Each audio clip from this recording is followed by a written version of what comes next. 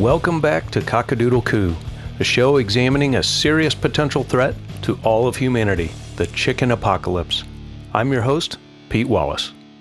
Episode 22, Gallic Roosters and a New French Resistance.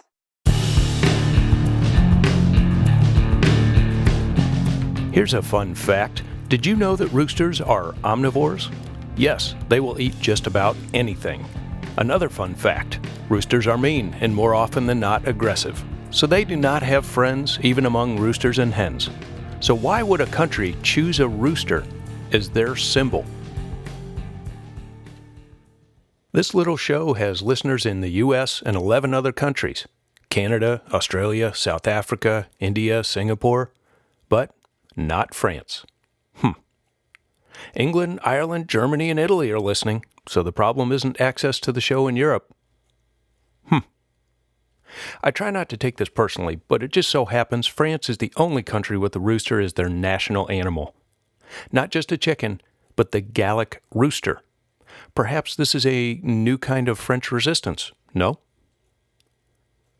There was an attempt back in the early 1800s to change the rooster to an eagle. Napoleon III stated, and I believe this is an actual quote, "The rooster got no power. It cannot be an image of a kingdom like France." However, as a result of the July Revolution of 1830, the image of the rooster was reinstated. With this backstory, there has been speculation about the Statue of Liberty, a gift from France, and whether or not it was a kind of Trojan horse. After a substantial amount of research and analysis, I can assure you that it was not. There were no chickens or roosters inside the statue. No, I'd be more concerned about the so-called Statue of Liberty of Los Angeles, a 22-foot figure of a chicken-headed human holding a greasy bucket of something. And I'm not very concerned about that, to be honest. Getting back to the point, chickens and France.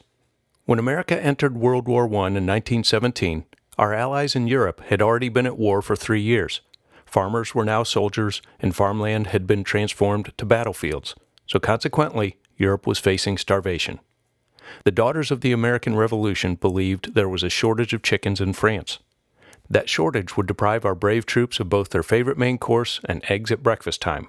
So raising funds to remedy this crisis was one of their pet wartime projects. Clearly, the question must be asked, were the French sheltering chickens?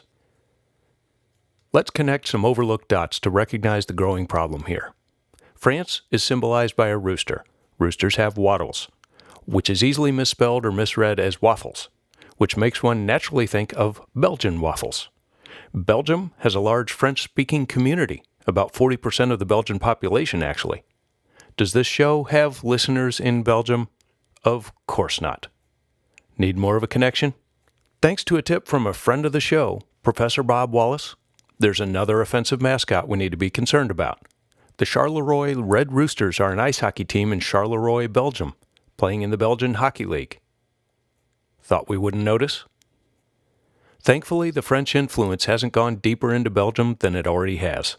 Otherwise, if people from France are referred to as French, people from Belgium might be referred to as Belch. Regardless, as tasty as Belgian waffles are, we are worried about you, Belgium and France. We'll be back after this break.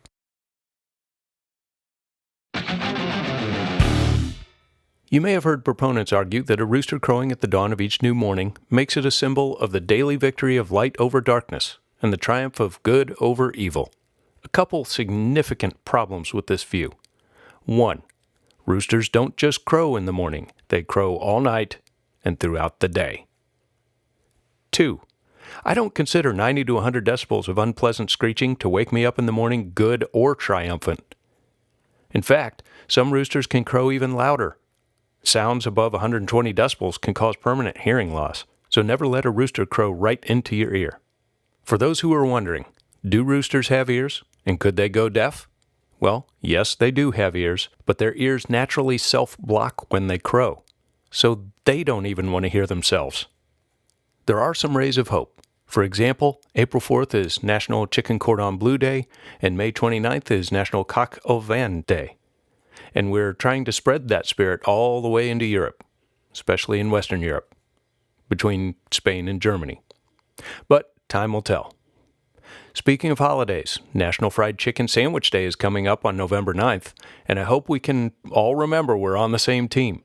You can get your favorite chicken sandwich from wherever you prefer. Also, National Chicken Soup for the Soul Day is November 12th, reminding everyone to feel good about eating chicken.